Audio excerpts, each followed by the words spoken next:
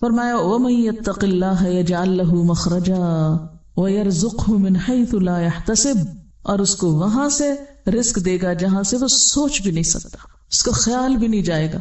ایک تو تھا نا ہمارا خیال ہمیں یہاں سے مل سکتا ہے، ہم اس انسان سے فائدہ اٹھا لیں، ہم اس کی خوشامد کر لیں اور اس سے فائدہ اٹھا لیں۔ ایک یہ ذہنیت ہوتی ہے، ایک یہ مینٹالٹی ہوتی ہے جو انسانوں پہ بھروسہ کرتی ہے، اور ایک یہ ہوتی ہے کہ بندوں سے کمپلیٹ ٹوٹل استغنا، اصل توحید، پورے کا پورا بھروسہ صرف اللہ پہ۔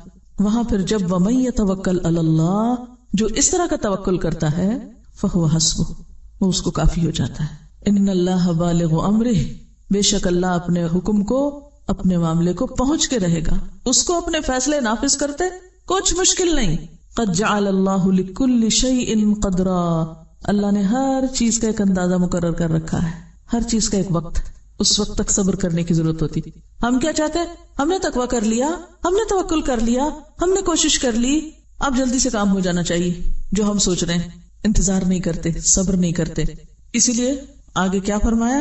وَلَا يُلَقَّاهَا إِلَّا الصَّابِرُونَ، اللہ کے وعدوں پہ یقین کر کے نیک عمل کرتے رہنے والے، اپنی رفتار میں کمی نہ آنے دینے والے، ساری مشکلات اور رکاوٹوں کے باوجود، ایسے لوگ وہی ہو سکتے ہیں جن کے اندر صبر ہو، اور صبر والے ہی پھر کامیاب ہوتے ہیں۔ اب دیکھیے کہ یہ جو علم ہے، العلم، حقیقت کا علم، یا میں دین کا علم نہیں کہوں گی، کیونکہ جب میں لفظ دین بولتی ہوں نا پھر آپ اپنی نیند میں چلے رہا، دین پتا ہے ہمیں، دین حقیقت کا علم، سچائی کا علم، دین یہی تو ہے ہمارا، سچائی کی بات، اصل حقیقت۔ حقیقت کا علم کس کو ملتا ہے؟ اصل بات، اصل خزانہ، اصل دریافت، اصل سمجھ، وہ کس کے حصے میں آتی ہے؟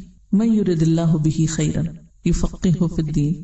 اصل سمجھ محض چیزوں کے رٹنے سے نہیں آتی، سمجھ کا جو راز ہے وہ اللہ کا خوف ہے، جو اللہ سے ڈرتا ہے۔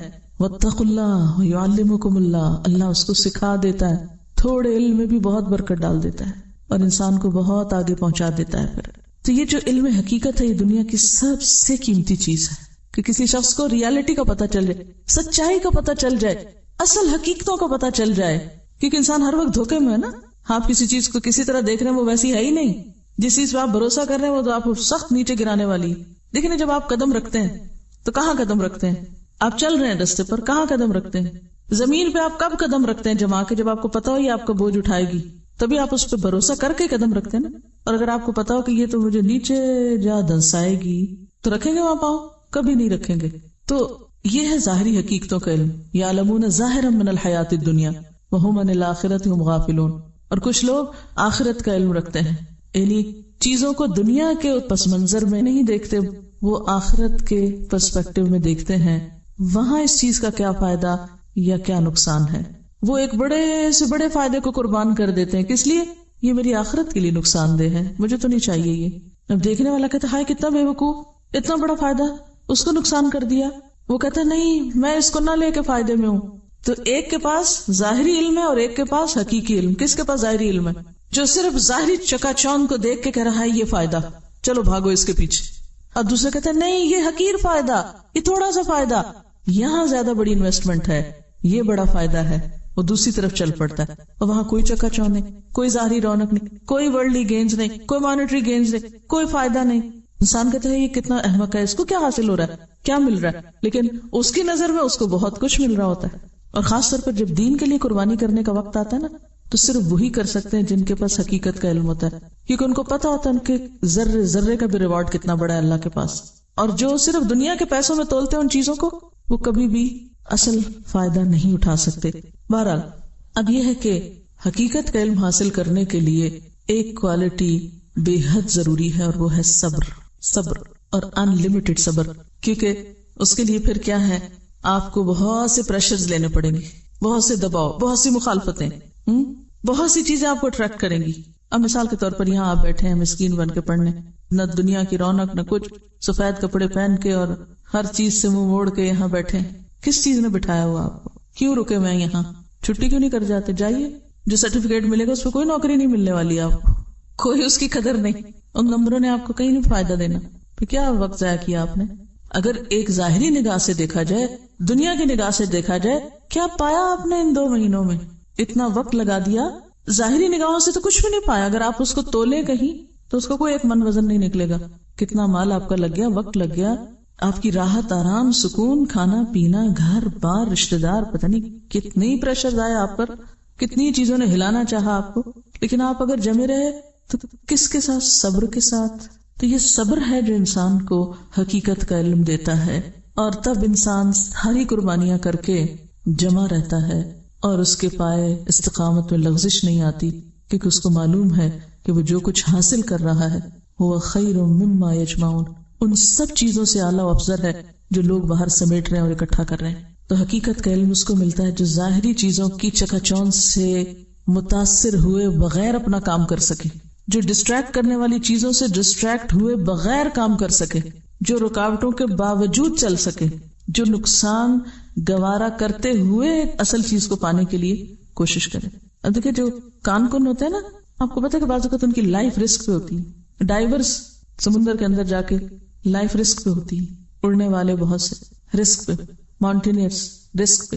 کیا چیز ان کو خطروں میں ڈالتی ہے؟ وہ بزدل نہیں ہوتے. بزدل لوگ نہ ڈائیور ہو سکتے اور نہ ہی کوئی اور اس طرح کے کام کر سکتے. کیا چیز ان سے یہ سب کچھ کرواتی؟ وہ کہاں سے بہادری، وہ کہاں سے جرأت آتی؟ اس کے پیچھے مقصد ہے نا، اسی کے لیے ڈیووشن ہے اور ڈٹرمینیشن ہے. جب تک ہم دنیا میں الجھے رہے نا، دنیا ہماری نگاہ میں رہی، ہم حقیقت کے علم تک پہنچ بھی نہیں سکتے، اس کا قطرہ بھی نہیں پا سکتے جب تک اس سے نہیں اٹھتے. کیونکہ پھر آپ کی پرائرٹیز کچھ اور ہوں گی نا. آپ کو کچھ لوگوں کو خوش کرنا ہے، کچھ ان سے مفادات حاصل کرنے ہیں، کچھ ان کی نظروں میں کچھ بننا ہے، تو آپ تو کچھ اور کام کرتے رہیں گے. تو کرتے رہیے، حقیقت تک نہیں پہنچ سکتے. وہ علم جو آپ کو آخرت کے فائدوں تک پہنچا دے. وہ ایک دعا آپ کو یاد کرائی جاتی، اللہم اقسم لنا من خشیتک ما تحول به بیننا وبین معصیتک. یہ کب آتی ہے وہ خشیت کہ جو انسان کے گناہوں کے لیے روک بن جائے؟ نہیں، یہ غلط کام میں کر ہی نہیں سکتی، چاہے مجھے کتنا مرضی فائدہ ہو، میں یہ جرم نہیں کر سکتی. یہ معرفت الہی سے آتی نا، حقیقی علم سے آتی. ورنہ تو جہاں چار پیسے دیکھے، تھوڑا سا فائدہ دیکھا، انسان سب کچھ پیچھے چھوڑ کے بھاگ نکلا اس کے پیچھے. فانسلخ منها فاتبعه الشیطان فکان من الغاوین. وہ جو کتے کی طرح دنیا کی طرف لپک گیا شخص. ومن طاعتک ما تبلغنا به جنت. یہ ہے نا حقیقت کا علم. ایسی اطاعت دے، ایسی فرما برداری دے کہ جو ہمیں تیری جنت تک پہنچا کے دم لے. اور وہ تبھی ہو سکتی ہے جب انسان ساری اٹریکشن سے نکل کر اللہ کے لیے خالص. ومن الیقین ما تهون به علینا مصائب الدنیا. ہمیں ایسا یقین دے. دیکھیں کہ یقین کی دولت ہوتی تو صبر آتا ہے.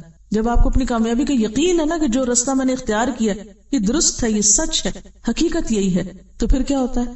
پھر انسان کے لیے بڑے بڑے مسئلے کچھ مسئلہ نہیں رہتے، کوئی مشکلات نہیں رہتی، بڑی بڑی تکلیفیں تکلیف ہی نہیں رہتی. ومن الیقین ما تهون به علینا مصائب الدنیا اللہم متعنا باسماعنا. اللہ ہمیں ہمارے کانوں سے فائدہ پہنچا، یعنی ہمیں ایسا سننے والا بنا کہ کوئی صحیح بات سنے جو ہمارے دل پہ جائے اور ہمارا عمل بدلے. اللہم متعنا باسماعنا وابصارنا وقواتنا ما احییتنا. اور ہماری ساری قوتیں، جتنے بھی ہمارے پاس صلاحیتیں ہیں، انرجیز، جو بھی پوٹینشیل ہے ہمارے اندر، یا رب اس کو ہم اس طرح استعمال کریں کہ جس کے ذریعے ہمیں تیری رضا مل جائے. متعنا، ہمیں فائدہ دے، ہمیں متاع دے. کس کے ذریعے؟ ہماری ساری قوتوں کے ذریعے. ہم اپنی ساری قوتوں کے ذریعے صرف دنیا کی ظاہری فائدے حاصل کرنے میں آگے ہیں. وَجَعَلْهُ الْوَارِثَ مِنَّا. ایسے کام کر جائیں کہ صرف ابھی نہیں بعد میں بھی صدقہ جاریہ بن جائیں یہ سارے کام. وَجَعَلْ ثَأْرَنَا عَلَى مَنْ ظَلَمَنَا. اور اس سے تو ہمارا بدلہ لے لے جس نے ہم پہ ظلم کیا. یعنی ہمیں تو ظالموں سے بدلہ لینے کا بھی وقت نہیں، کیونکہ ہم اس میں بھی الجھنا نہیں چاہتے. ہم یعنی اتنا فوکس رکھنا چاہتے ہیں اپنے آپ کو کہ ظالموں کا معاملہ بھی تجھ پہ ڈالتے ہیں. وَانصُرْنَا عَلَى مَنْ عَادَانَا. اور جو ہم سے عداوت رکھتا ہے اس کے مقابلے میں تو ہماری مدد فرما. وَلَا تَجْعَلْ مُصِيبَتَنَا فِي دِينِنَا. اور ہمارے دین میں مصیبت نہ ڈال، یعنی دین کا رستہ نہ ہم سے چھٹے. وَلَا تَجْعَلِ الدُّنْيَا أَكْبَرَ هَمِّنَا. اور دنیا کو ہماری سب سے بڑی فکر کی چیز نہ بنا، کیونکہ یہ سب سے بڑی بلا ہے، مصیبت ہے جو انسان کو آخرت سے غافل کرتی اور کم درجے کے کام کرنے پہ لے آتی ہے. وَلَا تَجْعَلِ الدُّنْيَا أَكْبَرَ هَمِّنَا وَلَا مَبْلَغَ عِلْمِنَا. اور نہ اسے ہمارا منتہا علم بنا، یعنی ہمارے علم کا سورس دنیا نہ ہو، کیونکہ حقیقت پر مبنی نہیں ہے وہ علم جس کے پیچھے اغراض صرف دنیا کا وقتی فائدہ ہے.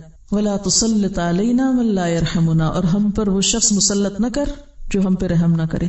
تو بہرحال جب تک آپ وقتی کشش کی چیزوں سے دستبردار نہیں ہوتے، لکھ لیجئے یہ جملہ، جب تک وقتی کشش کیا ہوتی ہے؟ کبھی ایک چیز اپنی طرف کھینچتی، کبھی دوسری، کبھی تیسری، اور اس میں صرف مال و دولت نہیں، ہر طرح کی چیزیں ہیں وقتی کشش کی چیزیں. کیا کیا اس میں؟ اولاد، مال، دوست، اور ہر محبوب چیز، ہر وہ چیز جس سے ہمیں محبت ہے. ہم کام کرنے لگتے ہیں، وہ کیا کرتی؟ ہمیں اپنی طرف کھینچ لیتی. اچھا، اب ہمارا دل ہے اس میں، لہذا ہم بھی بغیر کسی تعامل کے کام چھوڑتے ہیں اور ڈوب پڑتے ہیں، ادھر پھسل جاتے ہیں، ادھر گر پڑتے ہیں. کیا ایسا ہی نہیں ہوتا؟ ہم جو بہت سے کام نہیں کر پاتے، کیوں نہیں کر پاتے؟ کبھی اس کی محبت پاؤں پکڑے ہوئے ہے، کبھی اس کی محبت پاؤں پکڑے ہوئے، کبھی انسانوں کی محبت، کبھی دولت کی، کبھی کسی اور چیز کی.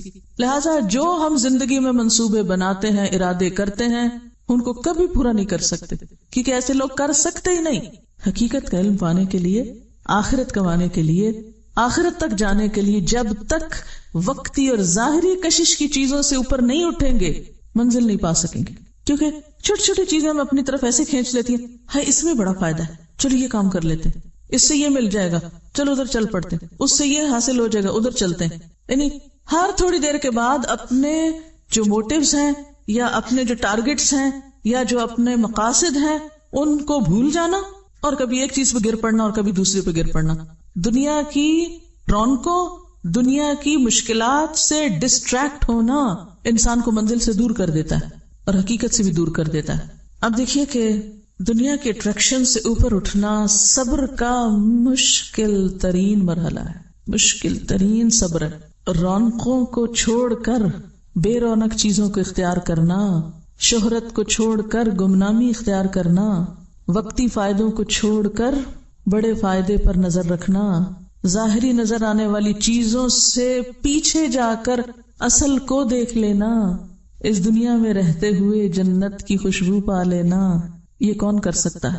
صرف وہی جو انتہائی صبر کرنے والا ہو، سخت صبر کرنے والا.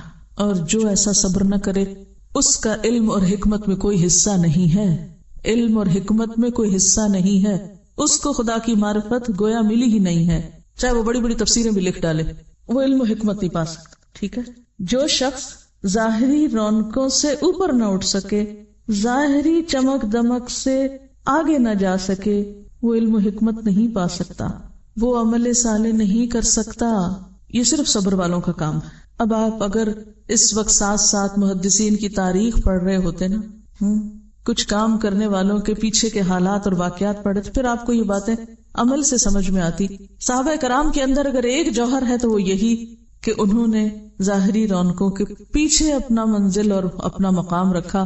دنیا تو جانی والی چیز سے چلی گئی ان سے، لیکن وہ جو بلند منزلیں ان کو وہاں ملی، اور سب سے بڑا سرٹیفکیٹ رضی اللہ عنہم ورضوا عنہ، اصل لے کر چلے گئے. اور یہ عام لوگوں کے بس کی بات نہیں. دنیا سے چپکے ہوئے نا، اب جو زمین سے چپک جائے وہ اڑ سکتا ہے؟ زمین سے چپکا ہوا اڑ نہیں سکتا. تو جو شخص دنیا سے چپکا ہوا ہو اسے علم و حکمت ملے گی، اس کو نہیں مل سکتی، اسے سمجھ بھی نہیں آ سکتی یہ باتیں، وہ پھر دو چار ہی کے چکر میں ہوگا. اب کیا ہوا؟ فخسفنا به وبداره الارض، اس کو اور اس کے گھر کو زمین میں دھسا دیا. فما كان له من فئة ينصرونه من دون الله، تو اس کا اللہ کے سوا کوئی بھی ایسا مددگار نہ تھا جو اس کے کام آتا. وما كان من المنتصرین، اور اس کی مدد ہونی بھی نہیں تھی. اصل بات یہ کہ دنیا کا رزق جو ہے نا انسان کے لیے امتحان ہے. یہ اللہ کا فیصلہ ہے، جس کو چاہے زیادہ دے، جس کو چاہے کم دے. تو ہونا کیا چاہیے؟ کم ملے صبر کریں، زیادہ ملے شکر کریں، اسی راستے سے کامیابی ہو سکتی. اور اگر زیادہ ملے اور فخر کریں اور کم ملے تو شکوے کریں تو پھر یہ انتہا درجے کی حماقت. اب کیا ہوا؟ وَأَصْبَحَ الَّذِينَ تَمَنَّوْا مَكَانَهُ بِالْأَمْسِ، تو وہ لوگ جو کل تک اس کے مقام کی تمنا کر رہے تھے، کاش ہمیں بھی وہ ملتا جو قارون کو ملا. یقولون، اب ان کو سمجھ آ گئی، کہنے لگے وَيْكَأَنَّ اللَّهَ يَبْسُطُ الرِّزْقَ لِمَن يَشَاءُ مِنْ عِبَادِهِ وَيَقْدِرُ، کہ اصل بات یہ ہے جو ہم بھول گئے تھے کہ اللہ اپنے بندوں میں سے جس کا رزق چاہتا ہے کشادہ کرتا ہے اور جسے چاہتا ہے نپا تلا دیتا ہے. یعنی اگر ہمارے کسی بہن بھائی کو یا رشتہ دار کو یا آس پاس کے لوگوں کو ہم سے کہیں زیادہ مل گیا تو کیا ہوا؟ یہ اللہ کا فیصلہ ہے. آپ بھی خوش ہوں اس پر کہ اللہ نے اس کے حق میں نعمت رکھی، نہ کہ حسد اور اپنے آپ کو دیکھ کر پھر رونا دھونا. کیا حکم دیا گیا ہے کہ دنیا کے معاملے میں کس کو دیکھو؟ چھوٹوں کو دیکھو، شکر پیدا ہوگا، اور دین کے معاملے میں اپنے اوپر والوں کو دیکھو تو عمل کی قوت آئے گی. وَأَصْبَحَ الَّذِينَ تَمَنَّوْا مَكَانَهُ بِالْأَمْسِ يَقُولُونَ وَيْكَأَنَّ اللَّهَ يَبْسُطُ الرِّزْقَ لِمَن يَشَاءُ مِنْ عِبَادِهِ وَيَقْدِرُ لولا امن اللہ علینا لولا امن اللہ علینا لخسف بنا، اگر اللہ ہم پر احسان نہ کرتا تو ہمیں بھی دھنسا دیتا، کیونکہ ہم بھی تو وہی بننا چاہ رہے تھے. یہ تو اللہ کا احسان ہے کہ اس نے ہمیں بچا لیا. وَكَأَنَّهُ لَا يُفْلِحُ الْكَافِرُونَ، اب سمجھ آ گئی کہ افسوس ہمیں یاد نہ رہا کہ کافر فلاح نہیں پاتے. تِلْكَ الدَّارُ الْآخِرَةُ، یہ آخرت کا گھر. نَجْعَلُهَا لِلَّذِينَ، یہ تو ہم نے ان لوگوں کے لیے بنایا ہے. لَا يُرِيدُونَ عُلُوًّا فِي الْأَرْضِ، جو زمین میں بڑا نہیں بن کے رہنا چاہتے، جو زمین میں علو نہیں چاہتے. ہم میں سے ہر ایک اپنے آپ کو پرکھ کے دیکھے کہ ہم کیا چاہتے ہیں. کہیں ایسا تو نہیں کہ یہ جذبہ کہیں ہمارے اندر دور کنارے چھپا ہوا ہو جس کو ہم خود بھی ڈسکور نہ کر پائے ہوں، اور یہی خدا نہ خواستہ رکاوٹ نہ بن جائے آخرت کی کامیابی کے راستے میں. تلک الدار الاخرہ، یہ آخرت کا گھر. نجعلها للذین، ہم ان لوگوں کے لیے اس کو بناتے ہیں. لا یریدون علوا فی الارض ولا فسادا، جو دو باتوں سے پرہیز کرتے ہیں، ایک بڑا بننے کی خواہش نہیں ہوتی ان میں، اور دوسرا فساد نہیں کرتے. تو جنت کی آبادی یا جنت میں بسنے والے لوگوں کے اندر دو بنیادی کوالٹیز کا ہونا ضروری ہے، جن کے سینے ذاتی بڑائی کے احساس سے خالی ہوں کہ میں بڑی چیز ہوں. اس چیز کو اندر سے نکالنا پڑے گا، اور یہ صرف اس وقت ہوتی ہے جب ہم لوگوں کی خوبیوں پر نظر رکھیں. عموماً ہم لوگوں کی خامیوں پر نظر رکھتے ہیں اور انہیں حقیر کرتے رہتے ہیں، کنڈم کرتے رہتے ہیں. یہ بھی زیرو ہے، یہ بھی زیرو، یہ بھی زیرو، اس میں یہ خامی، اس میں یہ، اس میں یہ، اور ان سب کے مقابلے میں ہم میں یہ خوبی. اور اپنے گناہ بھول جاتے ہیں، اپنی غلطیاں فراموش کر دیتے ہیں. تو یہ جو الوف کی اندر چھپی ہوئی ہوس ہے، جب تک یہ نہ نکلے انسان سیدھا نہیں ہو سکتا. اور یہ نکلتی صرف اللہ کی معرفت سے. اللہ کی پہچان آتی ہے تو انسان کو پتہ چلتا ہے میں کتنے پانی میں ہوں، میری کیا حقیقت ہے، میں کیا چیز ہوں، میں کہاں سے بڑا آ گیا، مجھ میں کیا بڑائی آ گئی. اور دوسری چیز ولا فسادا، نہ فساد کرتے ہیں. اور یہ جو فساد ہے یہ بھی کس کے نتیجے میں آتا ہے؟ علو کی خواہش کے نتیجے میں آتا ہے. تکبر کی وجہ سے فساد ہوتا ہے، کیونکہ ایک شخص خود کو بڑا منوانا چاہتا ہے، بڑا بننا چاہتا ہے. اور جب تک آپ کے اندر بڑا بنتے رہنے کی خواہش ہے، آپ بگاڑ ہی بگاڑ کرتے رہیں گے، چاہے وہ اصلاح کے نام پر ہو. آپ دیکھیے کہ ہم میں سے کوئی یہ نہیں کہتا میں چاند سے بڑا ہوں، کوئی کہتا ہے میں سورج سے بڑا ہوں، کوئی کہتا ہے میں پہاڑوں سے بڑا ہوں. تو بڑا بننے سے مراد کیا ہے پھر؟ ہاں، انسانوں پہ بڑا بننے کی خواہش کہ میں انسانوں کے مقابلے میں بڑا ہوں، میں اس کے مقابلے میں بڑا، میں اس کے مقابلے میں بڑا. تو انسان کی کمزوری کیا ہے؟ یہ انسان کے اندر یہ جو بڑا بننے کی وہ چھپی ہوئی چور سی چیز ہے اندر، وہ دراصل دوسرے انسانوں کے مقابلے پر ہوتی ہے. اسی کی وجہ سے پھر انسان دوسروں کے حق مارتا ہے، دوسروں سے زیادتی کرتا ہے، ان کی غیبت کرتا ہے، ان کے ساتھ غصہ کرتا ہے، ان سے شکوے شکایات کرتا ہے، ان کو برا بھلا کہتا ہے، ان پہ بڑبڑاتا ہے. سب خرابیاں یہاں سے جنم لیتی ہیں، سب گناہوں کا منبع یہی بڑا. اسی لیے فرمایا نا کہ وہ شخص جنت میں جا نہیں سکتا جس کے دل میں رائی کے دانے برابر بھی تکبر ہو. رائی کا دانا وہ نہیں جنت میں جا سکتا، کیونکہ رائی جتنا بھی رہ گیا نا وہ کینسر، تو اس نے پھر پھیل کے سارے جسم کو لپیٹ میں لے لینا اور ہلاکت کر دینی ہے. اینڈ ریزلٹ پھر وہی ہوگا. اتنا بھی چھٹ گیا باقی. تو جب تک پوری طرح ایلیمنیٹ نہیں ہوتا یہ جذبہ، اس وقت تک اصلاح نہیں ہو سکتی، نہ اپنی اور نہ دوسروں کی. وہ اصلاح کے نام پر بھی فساد کرتا رہے گا. اچھا، اس کا کیسے پتا چلتا ہے کہ ہمارے اندر بڑا بننے کی خواہش ہے کہ نہیں؟ تھوڑا سا سوچئے، جب کوئی آپ پہ تنقید کرتا ہے آپ کا کیا حال ہوتا ہے؟ اگر کوئی آپ کی بات کاٹ دے تو آپ کا کیا ری ایکشن ہوتا ہے؟ اگر کوئی آپ کو اہمیت نہ دے، بعض اوقات ایسا ہوتا ہے ہم دوسروں کی نگاہ میں اہمیت چاہتے ہیں، ہمیں مانا جائے، کسی نے نہیں مانا آپ کو تو کیا ری ایکشن ہوتا ہے؟ کہاں کھڑے ہوتے ہیں پھر آپ کا اخلاق کہاں ہوتا ہے؟ تو اس جذبے کا پتہ آپ سب کو لگانا، یہ آپ کا ہوم ورک ہے. اور ہوم ورک سے مراد آج سے کل کے دن تک نہیں ہے، یہ آئندہ زندگی کا ہوم ورک ہے. یہ آپ کی اسائنمنٹ ہے فار ایور، مرتے دم تک، کہ آپ نے اپنے اندر کے چھپے ہوئے اس چور کا پتہ لگانا کہ یہ کہاں ہے. اور یہ پتہ کہاں چلے گا؟ جب آپ لوگوں کے بیچ میں ہوں گے، معاملہ کر رہے ہوں گے.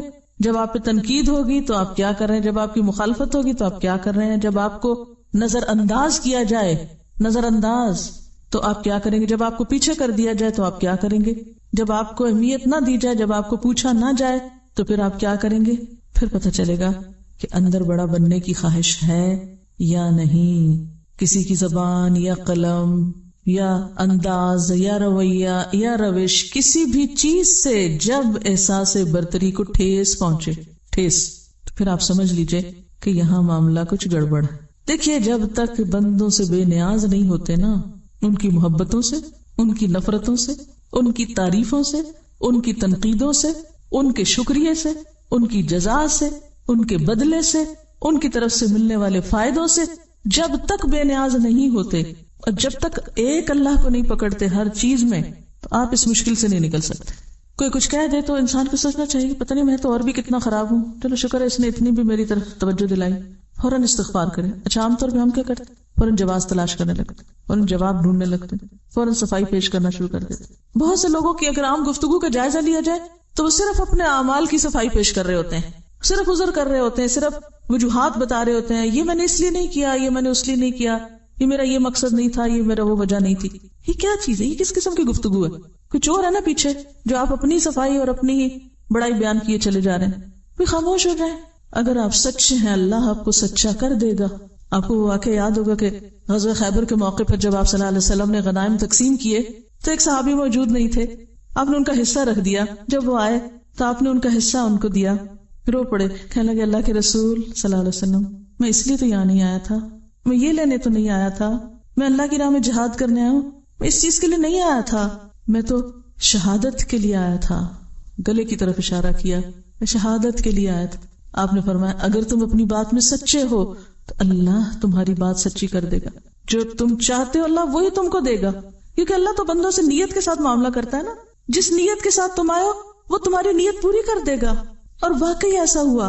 اگلے سال وہ غزوے میں شریک ہوا اور اس کے گلے میں تیر لگا. جہاں اشارہ کیا تھا اس نے کہ یا رسول اللہ میں مال کے لیے نہیں آیا تھا، میں تو اپنی جان دینے آیا تھا اللہ کے راستے میں، مجھے تو اپنا رب چاہیے تھا، مجھے یہ چیزیں نہیں چاہیے تھی. تو آپ صلی اللہ علیہ وسلم کو جو خبر ہوئی تو آپ نے فرمایا اللہ نے اس کی بات سچی کر دی کیونکہ وہ سچا تھا. قرآن میں گواہی آتی رجال صدقوا ما عاہدوا اللہ علیہ، اللہ گواہی دیتا ہے ایسے لوگوں کی. رجال صدقوا ما عاہدوا اللہ علیہ، اللہ سے جو وعدے انہوں نے کیے تو سچے کر دکھائے، ان کی نیتیں سچی تھی، اللہ نے ان کو وہی دیا. جو جس چیز کو چاہتا ہے نا اللہ اس کو وہی دے دیتا ہے. جو بندوں کی توجہ چاہتا ہے، جو بندوں سے تعریف چاہتا ہے، جو بندوں سے صلہ اور بدلہ چاہتا ہے، جو بندوں سے جزا چاہتا ہے، اللہ اس کو اتنی وہی دے دیتا ہے. یہ حقیر چاہیے لے جاؤ اور راضی رہو اسی پر، اور وہ بڑا نہیں ہے تمہارے لیے، اس سے آگے نہیں ہے. تو ہم سب کو سب سے پہلے تو اپنے ساتھ سچا ہونے کی ضرورت ہے، اپنے آپ کو خود دیکھنے کی ضرورت ہے، پھر اللہ کے ساتھ سچا ہونے کی ضرورت ہے. یاد رکھیے جب اللہ کے ساتھ سچا ہونے کی بات ہوگی اللہ ضرور امتحان میں ڈالے گا، ضرور ڈالے گا. یہ ہو نہیں سکتا کہ کوئی امتحان میں ڈالے بغیر اس کی سچائی باہر آئے، کیونکہ کھرا کھوٹا کیسے پگھلتا ہے، کیسے نکلتا ہے، کھرا کھوٹا کیسے سامنے آتا ہے، کیسے الگ ہوتا ہے. بھٹی پہ تپایا جائے تو پھر پتا چلتا ہے نا کون کھرا ہے اور کون کھوٹا ہے. آزمائش کے بغیر تو کسی کا بھی درجہ اوپر نہیں ہوتا. تو ایک شخص جو اللہ کی خاطر نکلا، اللہ کے دین سیکھنے کے لیے، اللہ کا دین سکھانے کے لیے، اس سے کوئی فرق نہیں پڑتا کہ کوئی اس کی تعریف کر رہا ہے، کوئی اس پہ تنقید کر رہا ہے، کوئی اسے شکریہ ادا کر رہا ہے یا نہیں، کوئی اس کو عزت دے رہا ہے یا نہیں، اس کو کچھ مل رہا ہے یا نہیں، کوئی فرق نہیں پڑتا. میں اس لیے تو نہیں آیا. جب اس کو کوئی سیٹ بیک ہوتا ہے، کوئی نقصان ہوتا ہے، کوئی اس کی ایکسپیکٹیشن ٹوٹتی ہے تو فوراً کیا کہتا ہے؟ میں اس لیے تو نہیں آیا تھا، میں اس لیے تو نہیں نکلا، میں اس لیے تو نہیں چلا، میں اس حقیر دنیا کے لیے تو نہیں آیا، مجھے کچھ اور چاہیے. وہ تو پھر دنیا کی طرف سے ملنے والے فائدوں پر بھی آنسو بہاتا ہے کہ یہ کیا ہوا یا رب، اس لیے تھوڑی کیا تھا، مجھے تو چاہیے تھا، اور میں تیرے سے کم کسی چیز پر راضی نہیں ہوں کہ تو مجھے نہ ملے اور یہ دنیا کی ٹھیکریاں مل جائے مجھے، تیرے سوا چھوٹی چیزوں میں راضی نہیں ہوں. تو جب تک اس سے اوپر نہیں اٹھیں گے لا یریدون علوا فی الارض ولا فسادا، اس وقت تک وہ حاصل نہیں ہو سکتی جس کا وعدہ ہے. اور اللہ کتنا قدردان ہے، من جاء بالحسنہ، جو ایک نیکی لایا فلہ خیر منہا، اللہ اس سے بہتر اس کو بدلہ دے گا. ومن جاء بالسیئہ، اور جو برائی لایا، جس نے برائی کی، فلا یجزی الذین عملوا السیئات الا ما كانوا یعملون، تو وہ نہ بدلہ دیے جائیں گے ان برائیوں کو جو انہوں نے کیے مگر وہی جو وہ عمل کرتے رہے. آخرت کا گھر ان لوگوں کے لیے ہے جو زمین پر اپنی بڑائی نہیں چاہتے اور فساد نہیں کرتے. تو اپنی بڑائی کے بارے میں یا تکبر کے بارے میں چند ایک احادیث یاد دہانی کے لیے رسول اللہ صلی اللہ علیہ وسلم نے فرمایا، کیا میں تم کو اہل جنت کے بارے میں بتا دوں کہ جنت والے کون ہیں؟ یاد رکھو، ہر وہ ضعیف اور کمزور شخص جس کو لوگ حقیر اور ضعیف سمجھیں. جنت کے بادشاہ کون؟ اہل جنت کون؟ جسے لوگ کمزور اور ضعیف سمجھیں، ناکارہ سمجھیں. اگر وہ اللہ کی قسم کھا لے، اللہ اس کی قسم کو سچا کر دے، یعنی دنیا میں وہ بہت امپریسو نہیں ہے لیکن اللہ کے بڑے پیارے ہیں. یہاں اسے مراد وہ ضعیف نہیں جو نکمے ہیں، یا وہ لوگ جو بظاہر دنیاوی سٹیٹس نہیں رکھتے مگر ویسے اپنے ایمان تقویٰ میں آگے ہیں. اور کہا میں تم کو ان لوگوں کے بارے میں بتا دوں جو دوزخ والے ہیں؟ ہر وہ شخص جو جھوٹی اور لغو بات پر سخت جھگڑا کرے، یعنی بے بنیاد باتوں پر جھگڑا چھیڑے، درست مزاج، مال جمع کرنے والا اور متکبر ہو۔ رسول اللہ صلی اللہ علیہ وسلم نے فرمایا، جس شخص کے دل میں رائی کے برابر بھی تکبر ہوگا وہ جنت میں نہ جائے گا۔ ایک شخص نے عرض کیا، ہر کوئی اس بات کو پسند کرتا ہے کہ اس کا لباس اچھا ہو، اس کا جوتا اچھا ہو۔ آپ نے فرمایا، اللہ تعالیٰ جمیل ہے اور جمال پسند کرتا ہے۔ تکبر کہتے ہیں بطر الحق و غمط الناس، حق کا انکار اور لوگوں کو حقیر سمجھنا۔ تو یاد رکھیے، لوگوں میں سارے لوگ آتے ہیں، چاہے مسلم سے یا نان مسلم سے یا کوئی بھی۔ ہمیں اگر اپنے مسلمان ہونے پہ فخر ہے تو دوسروں تک اگر ہم نے پیغام ابھی تک نہیں پہنچایا اور وہ اسلام سے لابلد ہیں تو ان کو حقیر سمجھنے کا آپ کو حق کس نے دیا ہے؟